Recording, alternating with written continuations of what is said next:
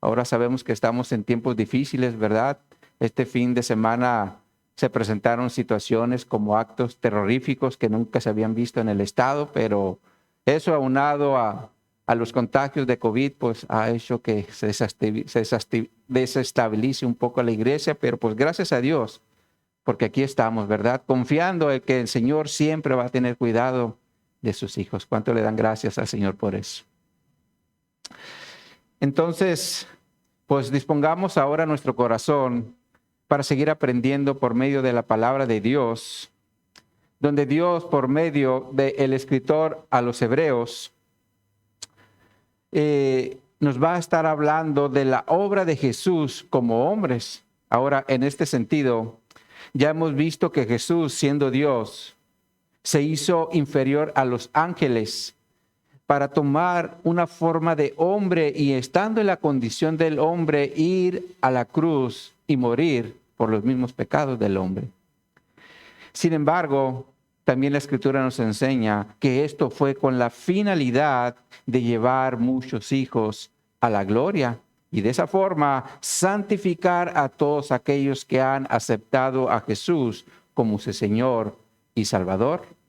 Donde, por cierto, también ahora nos ha dado la responsabilidad de vivir en santidad, porque nuestro Padre Celestial es santo y también está demandando santidad de sus hijos.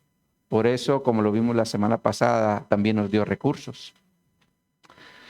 Sin embargo, el día de hoy, Dios, por medio del escritor, nos va a hablar de la obra de Cristo sobre Satanás. Y obviamente cuando hablo del escritor me refiero al escritor que el Señor utilizó para escribir esta epístola a los hebreos. Así que vamos a iniciarla. ¿Ya iniciaste? Ok. Vamos a ir ahora a nuestro texto base, a Hebreos capítulo 2.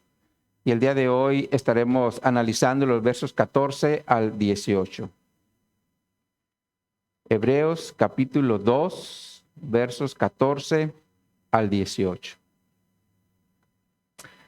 Nos dice aquí la palabra de Dios. Así que, por cuanto los hijos participaron de carne y de sangre, Él, es decir, Jesús, también participó de lo mismo para destruir por medio de la muerte al que tenía el imperio de la muerte, esto es, al diablo, y librar a todos los que por el temor de la muerte estaban durante toda la vida sujetos a servidumbre.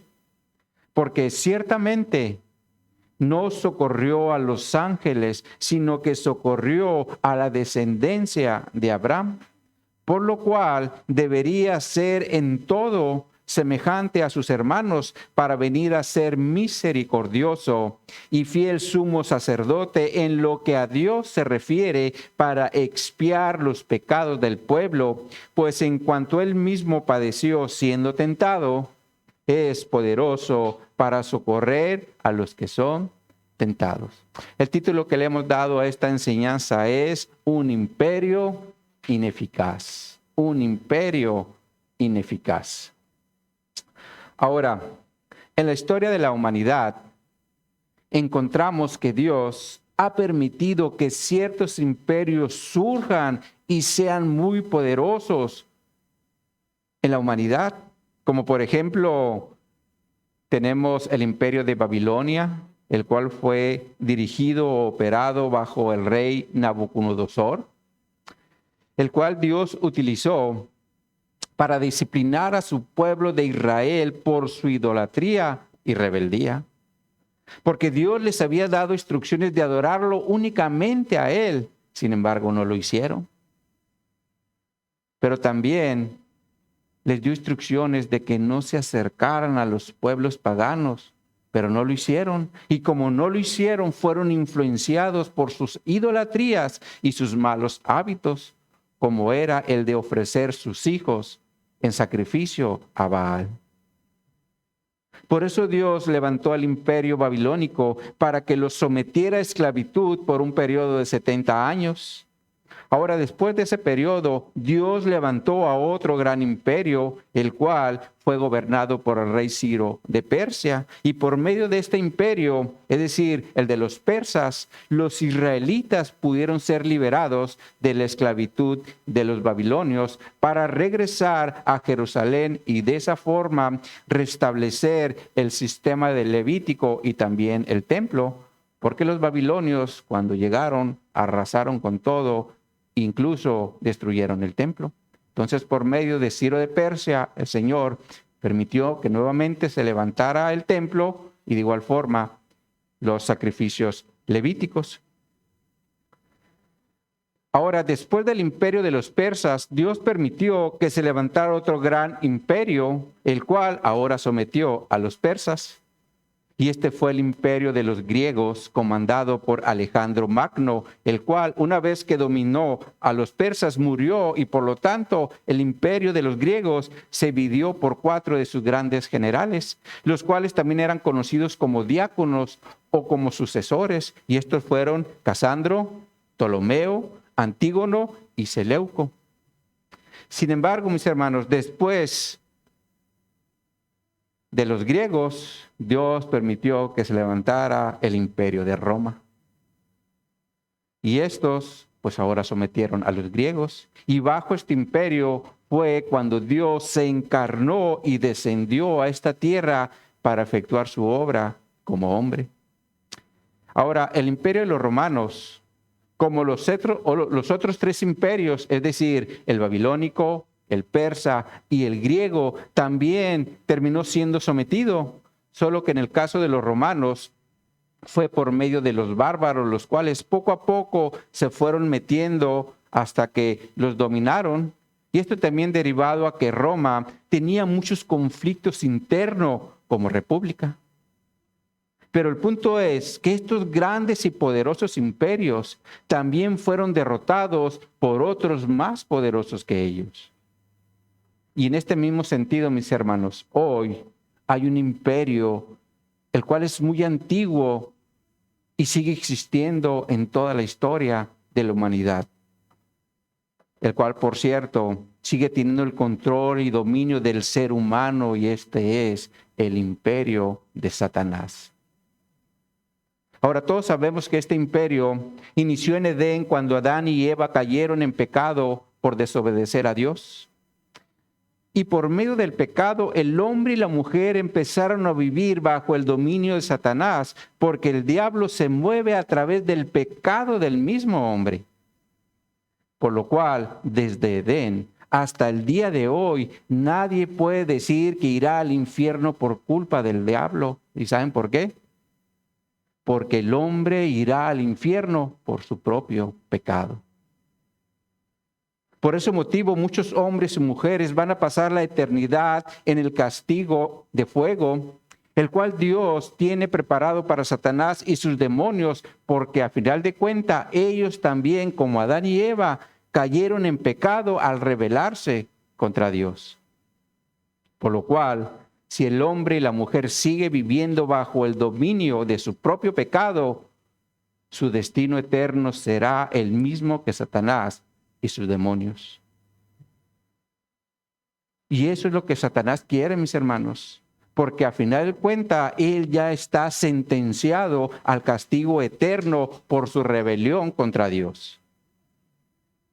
Ahora, Satanás, mis hermanos, ha hecho este gran imperio por medio del pecado del mismo hombre. Por eso la Biblia también lo llama el Dios de este siglo, solo que lo menciona con D minúscula porque es inferior a Dios.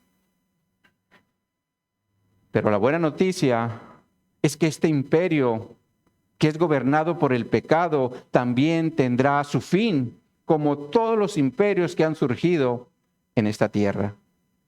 Derivado a que en el primer siglo se levantó un rey mucho más poderoso que todos los que han existido en la tierra para levantar un nuevo imperio, y este es el imperio de Cristo, donde el hombre y la mujer ahora pueden ser perdonados de sus pecados para ser trasladados al imperio de Cristo y de esa forma poder vivir en santidad, porque Cristo es el que nos santifica, como lo miramos la semana pasada. Ahora, cuando Cristo murió, resucitó de entre los muertos, por medio de esta obra hizo ineficaz el imperio de Satanás para que no produzca en nosotros lo que produce en otros. Por ejemplo, el estar apartados de Dios y sus promesas. Como sigue pasando en muchos hombres en la actualidad, porque siguen viviendo bajo el dominio del pecado y por lo tanto continúan en el imperio del diablo. Pero en nuestro caso no es así. Porque por medio de Cristo el imperio de Satanás es ineficaz porque ya no tiene control en nuestra vida como lo tenía en el pasado, derivado a que Cristo nos hizo libres de ese imperio. ¿Cuánto le dan gracias a Dios por eso? Ahora, para que Cristo pudiera ser ineficaz, el imperio de Satanás tuvo que hacerse primeramente hombre y de esa forma participar de carne y de sangre, como dice en la primera parte de nuestro texto base. Aquí en Hebreos 2:14, donde nos dice, así que por cuanto los hijos participaron de carne y de sangre, él también participó de lo mismo. Ahora, Dios en su sabiduría o en su omnisciencia sabía que la encarnación de Cristo sería puesta en tela de juicio por algunos hombres, como lo fue el caso de un sacerdote en Alejandría llamado Arrio, el cual negaba la divinidad de Jesús porque según su doctrina, Cristo era creación de Dios y no era Dios. Esta doctrina surgió a mediados del siglo II y se llamó arrianismo, la cual el día de hoy sigue vigente por medio de los testigos de Jehová. Porque los testigos de Jehová tampoco aceptan a Cristo como Dios, sino como creación de Dios. Y por lo tanto niegan la doctrina de la Trinidad, la cual nosotros como cristianos abrazamos. Ahora, otra falsa doctrina que surgió a finales del primer siglo fue el docetismo.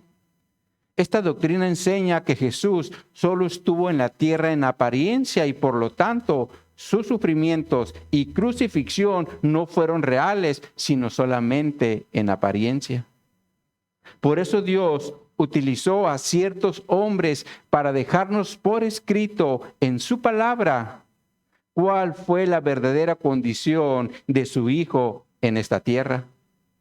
Ahora, uno de ellos fue el escritor a los Hebreos, como lo estamos viendo en el texto base, porque Cristo vino en carne y en sangre.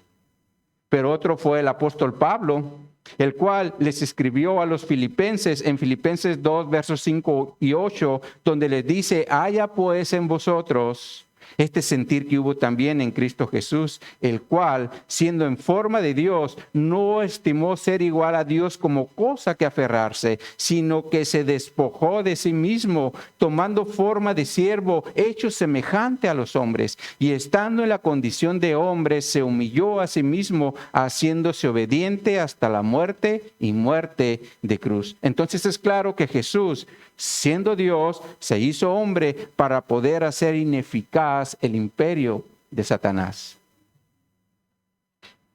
Sin embargo, mis hermanos, Jesús, para poderlo hacer, tuvo que renunciar a sus privilegios divinos, como lo traduce la Nueva Traducción Viviente. Dice esta traducción, aunque era Dios, no consideró el ser igual a Dios no consideró que el ser igual a Dios fuera algo al que aferrarse. En cambio, renunció a sus privilegios divinos, adoptó la humilde posición de un esclavo y nació como un ser humano. Cuando apareció en forma de hombre, se humilló a sí mismo en obediencia a Dios y murió en la cruz como morían los criminales. Esto quiere decir que cuando Cristo bajó en esta tierra, nació como cualquier ser humano, solo que su concepción no fue por medio de otro hombre para no heredar el pecado de Adán. Por ese motivo, su concepción fue por medio del Espíritu Santo. Y una vez que Jesús fue concebido en el vientre de María, a partir de ese momento Jesús fue un niño como todos los que existen en esta tierra. Porque seguramente Jesús desde el vientre de su mamá ya la pateaba, como patean todos los bebés a sus mamás cuando están embarazadas. Ahora, cuando Jesús nació, lo tuvieron que circuncidar al 8º día, como pasaba con todos los niños judíos. En este sentido, el médico Lucas nos dice en Lucas capítulo 2, versos 21 al 23, cumplidos los 8 días para circuncidar al niño, le pusieron por nombre Jesús, el cual le había sido puesto por el ángel antes que fuese concebido. Y cuando se cumplieron los días de la purificación de ellos, conforme a la ley de Moisés, le trajeron a Jerusalén para presentarle al Señor. Como está escrito en la ley del Señor, todo varón que abriere la matriz será llamado santo al Señor. Entonces Jesús fue circuncidado como todo niño en Israel bajo el contexto de la ley. Ahora, cuando Cristo empezó a crecer, la Biblia nos narra un evento el cual en nuestros días sigue pasando con algunos niños, incluso en padres cristianos, porque si descuidamos a nuestros hijos se nos pueden perder. Recuerdo que un caso de un matrimonio cristiano, un domingo después del servicio a la iglesia, se fueron a su casa y como el papá trabajaba, él llegaba a la iglesia en un carro diferente al de la mamá. Y cuando terminó el servicio, allí platicando con los hermanos, pues él se sube pensando que el niño se había ido con la mamá y ella se sube al carro pensando que se iba con el papá. Y se fueron. Y cuando llegaron a la casa, dice, ¿y el niño? ¿Qué pasó? Gracias a Dios, un hermano lo miró y lo resguardó hasta que regresaran por él. Ahora, no sé si algunos en su infancia se les perdieron a sus padres, sea en una tienda o en un supermercado. Cuando yo era niño, lo supe porque los vecinos me comentaban. Yo no fui de los niños que gateó, sino que yo como que en pompis me arrastraba y me iba moviendo. Pues así en esa condición me le salí, mi mamá no se dio cuenta y aparecí en la casa de un vecino cuando me miró y dice, ¿qué estás tú haciendo aquí? Y pues me llevó con mi mamá. Sin embargo, el día de hoy esto es muy peligroso, sobre todo por el tráfico que hay de personas y de órganos.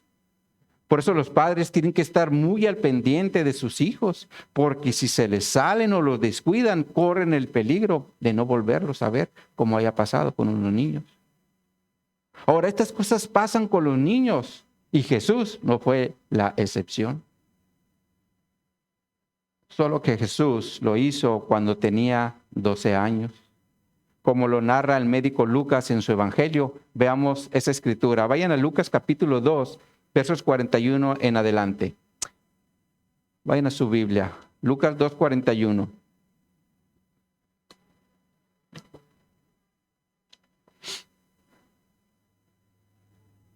Dice aquí la escritura, Lucas 2, 41.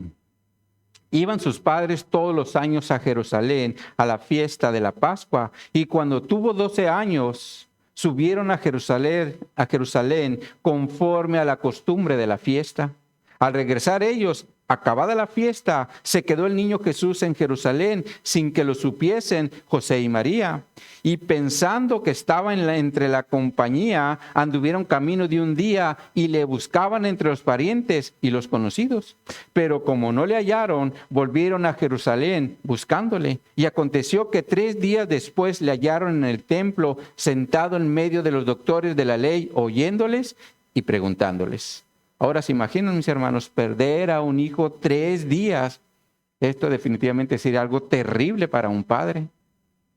Pero gracias a Dios encontraron a Jesús en el templo.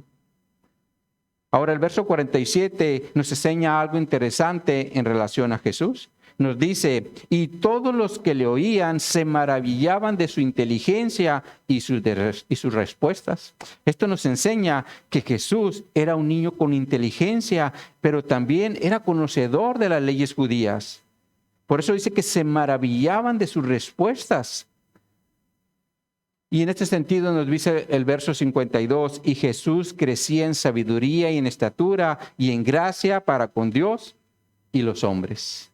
Ahora, la Biblia, mis hermanos, no nos dice en qué momento Jesús tuvo conciencia de que era el Hijo de Dios. Pero sí nos enseña que a sus 12 años ya tenía entendimiento de quién era su Padre Celestial.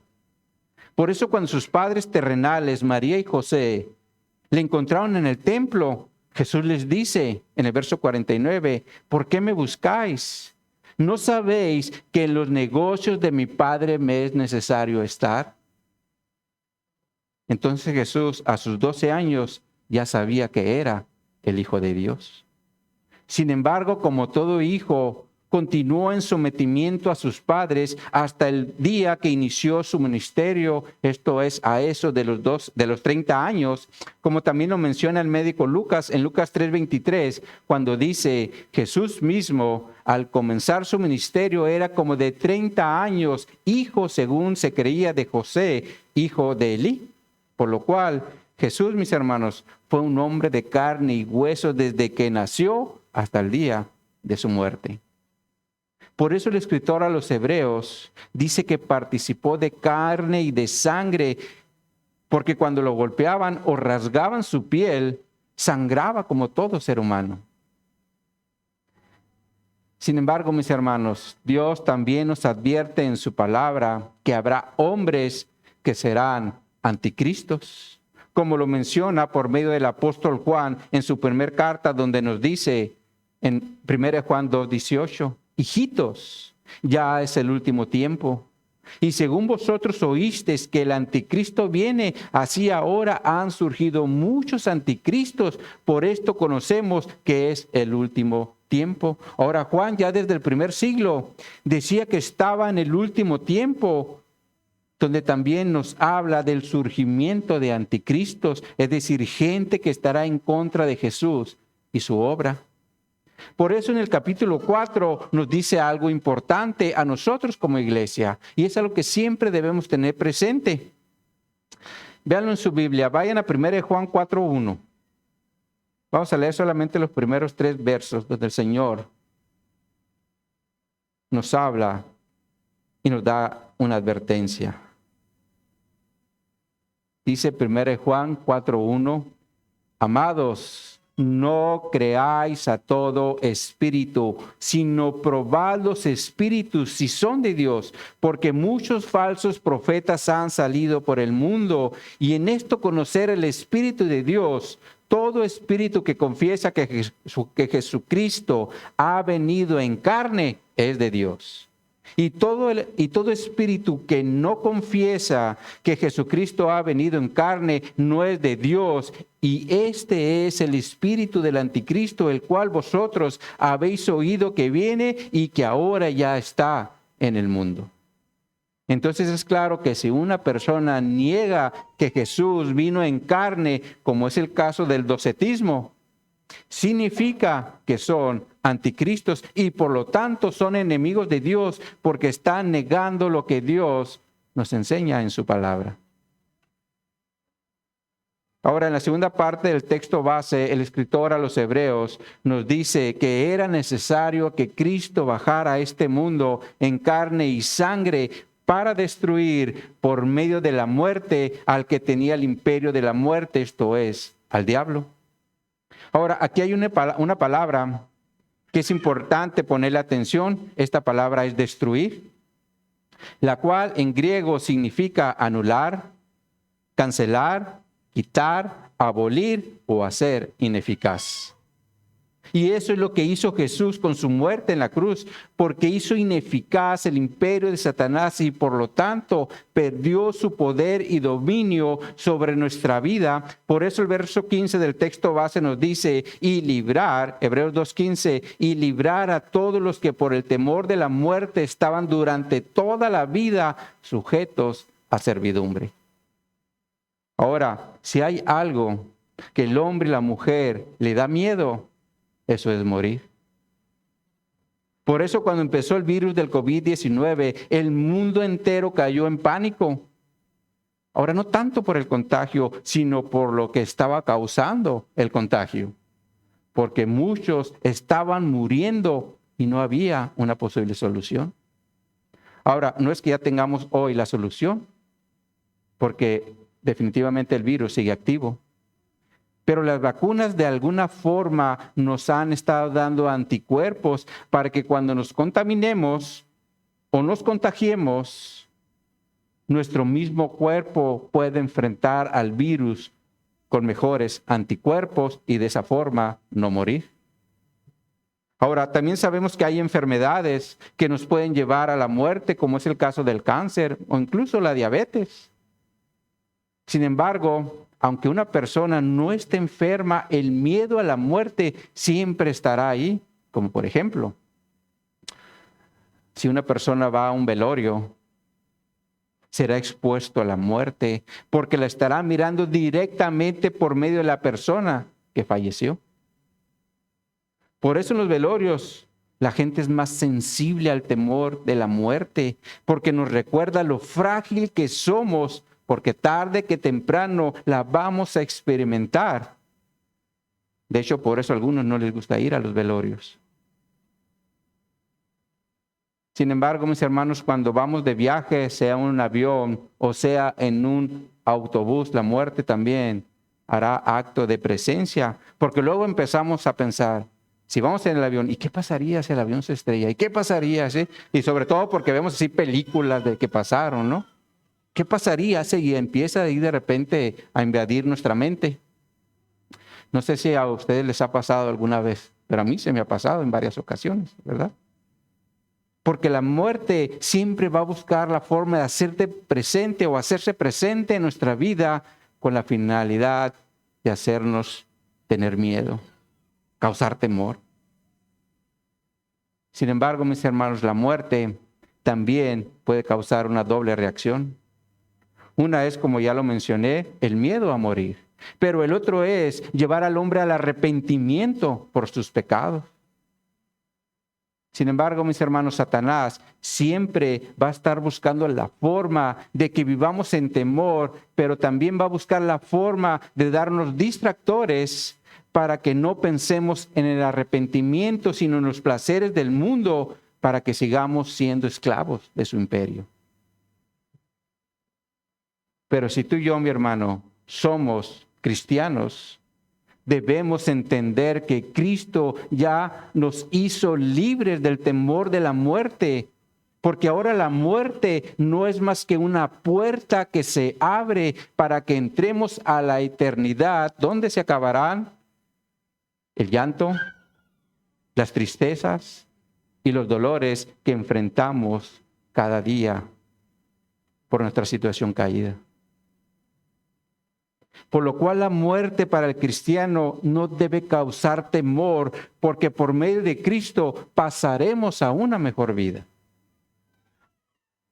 Por eso en los velorios cristianos se cantan himnos, se cantan alabanzas, porque es una celebración derivado a que un hijo de Dios está partiendo de esta tierra para estar en la presencia de Dios en una mejor vida. Aunque la realidad es que esta celebración siempre será agridulce, porque por un lado vamos a experimentar dolor, porque ya no veremos a nuestro ser querido, pero por el otro estaremos felices, porque ya estará descansando, sobre todo si partió de este mundo sufriendo por alguna enfermedad.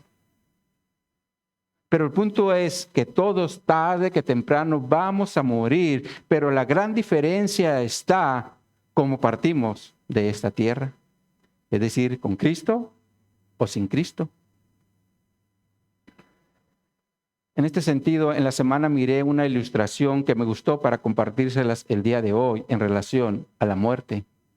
Dice esta ilustración: viene un camión a toda velocidad para matarnos. Estamos allí y viene hacia nosotros a toda velocidad. Sin embargo, tenemos dos opciones. Una es ser arrollados por el camión hasta dejarnos totalmente muertos, despedazados. Y la otra es estar a un lado del camino del camión, donde solamente veremos pasar la sombra para llevarnos a la muerte.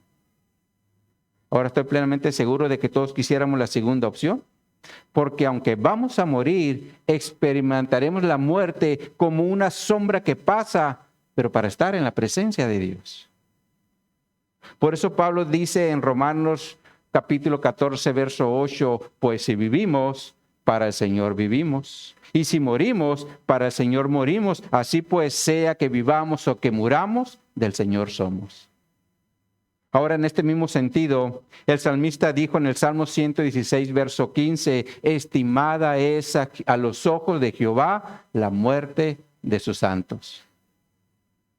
Entonces, la muerte para un cristiano no debe ser algo terrorífico, como pasa en todos aquellos que no tienen al Señor. Porque ellos sí enfrentarán de frente al camión para ser despedazados y de esa forma sufrir por haber rechazado a Jesús.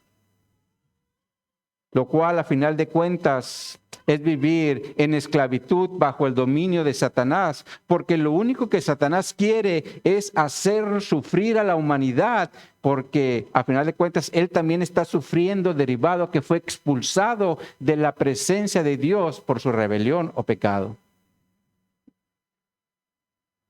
Y la Escritura nos enseña que esto fue porque quiso ser igual al Señor, como lo menciona Isaías en el capítulo 14, versos 12 al 15, donde nos dice: ¿cómo caíste del cielo, oh lucero, hijo de la mañana? Cortado fuiste por tierra, tú que debilitabas a las naciones, tú que decías en tu corazón: subiré al cielo en lo alto, junto a las estrellas de Dios levantaré mi trono, y en el monte del testimonio me sentaré a los lados del norte. Sobre las alturas de las nubes subiré, y seré semejante al Altísimo, mas tú derribado eres hasta el Seol, a los lados del abismo.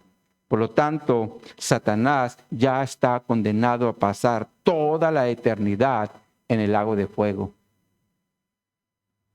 Sin embargo, y esa es una realidad, quiere llevarse a todos los que pueda para que ya no adoren o para que no adoren a Dios y de esa forma sigan siendo parte de su imperio donde el pecado es el que reina. Ahora continúa diciendo el escritor en el verso 16 del texto base: porque ciertamente no socorrió a los ángeles, sino que socorrió a la descendencia de Abraham. Ahora, aquí surge una pregunta. Y la pregunta es, de acuerdo al contexto, cuando dice socorrió, lo cual de acuerdo al griego significa ayudar, la pregunta es, ¿de qué tipo de ayuda es de la que nos está hablando aquí el escritor? Ahora, estoy plenamente seguro de que cuando leemos este texto, lo primero que se nos viene a la mente es la salvación del castigo eterno, porque Cristo no murió por los ángeles para salvarlos, sino por el hombre. Pero si analizamos el contexto, nos daremos cuenta que está hablando de la muerte de Cristo como un medio para darnos libertad del imperio del diablo, es decir, aquí en la tierra. Aunque también habrá una consecuencia en la eternidad.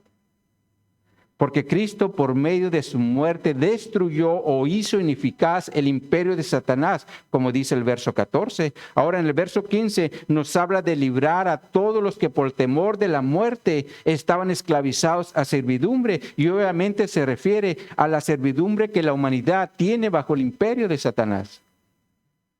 Y por lo tanto, la ayuda de lo que nos está hablando el verso 16, cuando dice socorrió, es en relación a la servidumbre que el hombre tiene en el imperio de Satanás. Por eso la Nueva Versión Internacional dice, pues ciertamente no vino en auxilio de los ángeles, sino de los descendientes de Abraham, porque a final de cuentas el hombre es el que está esclavizado por su pecado al imperio de Satanás, y los ángeles no, porque ellos entraron directamente en condenación como consecuencia de su pecado. De hecho, por eso la Biblia dice que fueron encerrados en prisiones, de prisiones oscuras o de oscuridad. Por eso es que la ayuda no vino a los ángeles, sino vino por medio de la muerte de Cristo a la descendencia de Abraham. Y esto es porque Dios ya lo había establecido en su palabra por medio del profeta Isaías.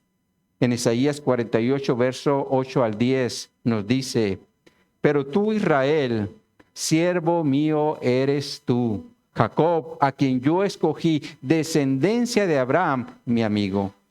Porque te tomé de los confines de la tierra y de las tierras lejanas te llamé y te dije, mi siervo eres tú, te escogí y no te deseché. No temas, porque yo estoy contigo. No desmayes, porque yo soy tu Dios que te esfuerzo. Siempre te ayudaré, siempre te sustentaré con la diestra de mi justicia. Ahora la ayuda fue por medio de Jesucristo. Por eso el texto base dice que socorrió o ayudó a la descendencia de Abraham. Ahora, alguien podrá decir, ¿y qué con nosotros? Porque no somos israelitas. Sin embargo, mis hermanos, tiene mucho que ver con nosotros. Porque si observan el texto base, está hablando de la descendencia de Abraham. Y aquí la palabra descendencia en griego es sperma, lo cual se refiere a una semilla que crece para dar frutos. Por lo tanto, se refiere a un fruto de hijos, solo que los hijos de los que Dios se está refiriendo en el texto base no es en relación a los hijos físicos de los israelitas, sino de los espirituales por medio de la fe. Por eso Pablo les dice a los Gálatas, en Gálatas 3, versos 6 al 9, así Abraham creyó a Dios y le fue contado por justicia.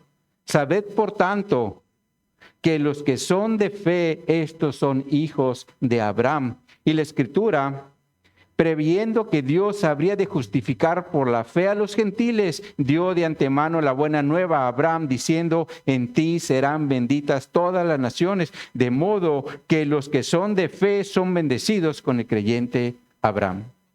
Lo cual significa que tú y yo, por medio de la fe, podemos ser descendientes de Abraham y por lo tanto el texto base aplica para nosotros, los que somos de la fe en Jesucristo. Porque por medio de la muerte de Cristo en la cruz, fuimos liberados del que tenía el imperio de la muerte, es decir, del diablo, y por lo tanto ahora Cristo es nuestro Señor. Por eso Pablo le dice a los romanos en Romanos 14, 9, porque Cristo para esto murió y resucitó y volvió a vivir para ser Señor así de los muertos como de los que viven. Ahora los muertos a los que se está refiriendo es a todos los que murieron poniendo su fe en Jesús. Si estamos hablando al pueblo de Israel, ellos lo habían puesto en el Mesías. Y si estamos hablando de los creyentes, los que habían puesto ya su fe en Jesucristo. Entonces, mis hermanos, el texto de Hebreos 2:16 aplica para nosotros porque por medio de la fe en Jesucristo somos descendencia de Abraham y por lo tanto somos de los que el Señor ayudó por medio de su muerte para librarnos del imperio del diablo. Ahora nos dice el verso 17 del texto base, por lo cual debería ser en todo semejante a sus hermanos. Hebreos 2:17. Para venir a ser misericordioso y fiel sumo sacerdote en lo que a Dios se refiere, para expiar los pecados del pueblo. Ahora, aquí el Señor nos está afirmando que era necesario que Cristo fuera semejante a nosotros para poder ser nuestro sumo sacerdote, porque en su condición de Dios no podía experimentar la muerte y mucho menos ofrecerse como sacrificio. Por eso Cristo, mis hermanos, se tuvo que hacer hombre para ser nuestro sumo sacerdote. Ahora, el escritor a los Hebreos nos va a estar hablando en su epístola o presentando a Jesús como nuestro sacerdote, ¿verdad? Porque de hecho es otro de los nombres que Jesús recibe en el Nuevo Testamento, aparte de el Hijo de Dios. Y sobre todo el autor de los Hebreos nos va a hablar mucho de Cristo como nuestro sumo sacerdote. Por ejemplo, en Hebreos 3:1 nos dice: por tanto, hermanos santos, participantes del llamamiento celestial, considerad al apóstol y sumo sacerdote de nuestra profesión, Cristo Jesús. Ahora en Hebreos 4, 14 y 15 nos dice: por tanto, teniendo un gran sumo sacerdote que traspasó los cielos, Jesús, el Hijo de Dios, retengamos nuestra profesión, porque no tenemos un sumo sacerdote que no pueda compadecerse de nuestras debilidades, sino uno que fue tentado en todo según nuestra semejanza, pero sin pecado. Entonces Cristo ahora, mis hermanos, es nuestro sumo sacerdote. Sin embargo, es importante mencionar que en el contexto de Israel, los sacerdotes eran los representantes de Dios en la tierra para presentar sacrificios por los pecados del hombre. Y de la misma forma Cristo lo hizo, solo que Él fue el sacrificio para ser nuestro mediador.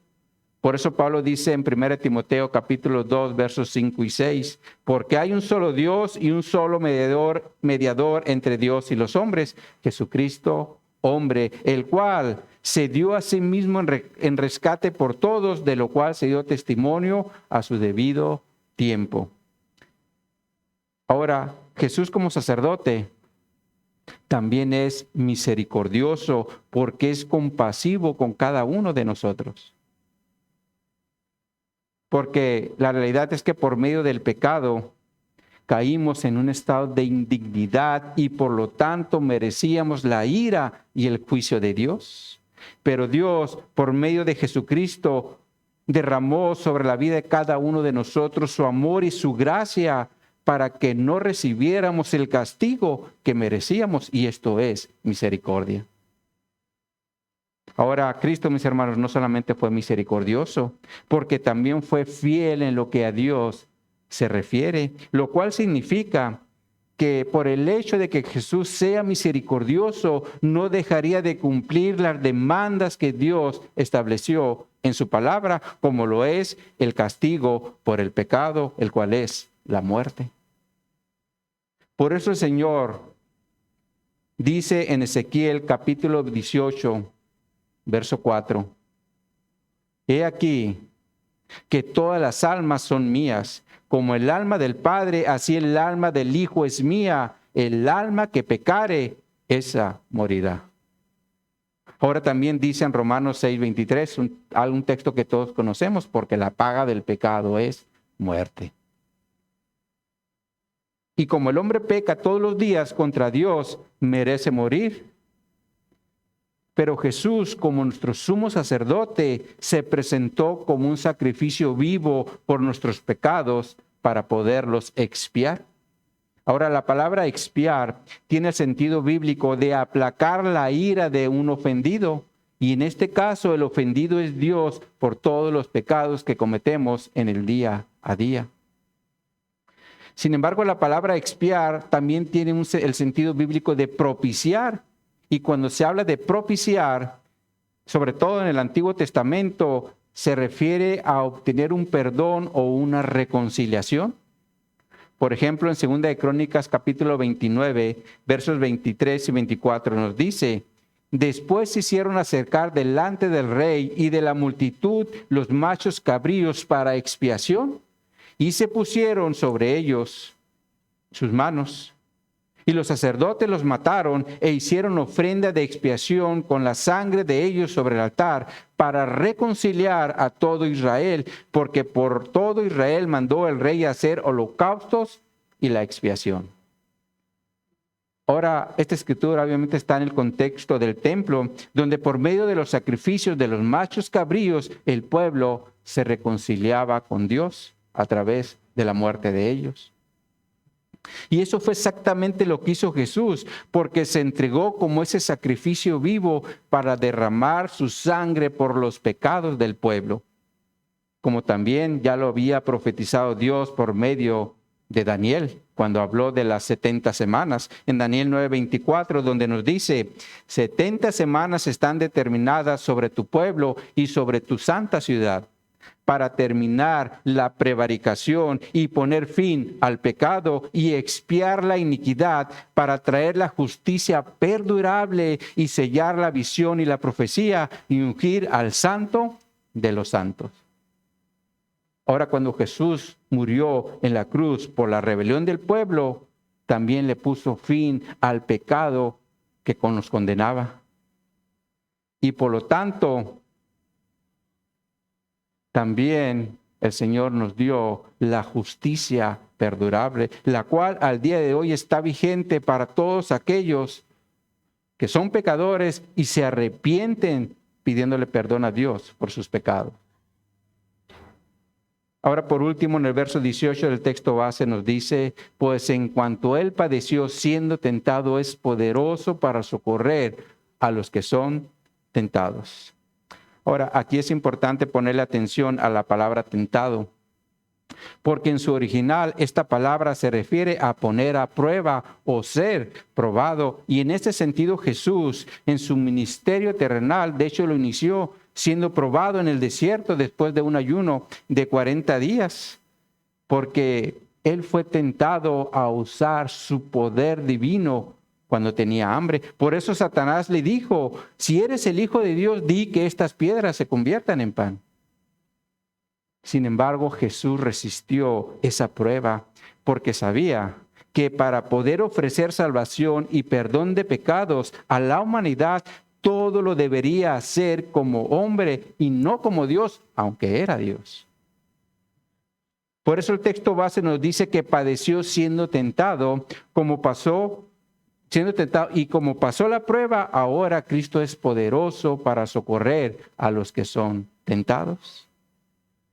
Ahora, si ustedes analizan el ministerio de Jesús, van a observar que Jesús siempre operó bajo la dirección del Espíritu Santo para hacer todos los milagros y todo lo que hizo. Por ejemplo, convertir el agua en vino, dar sanidad a cojos, mancos y ciegos, incluso hasta parar tormentas.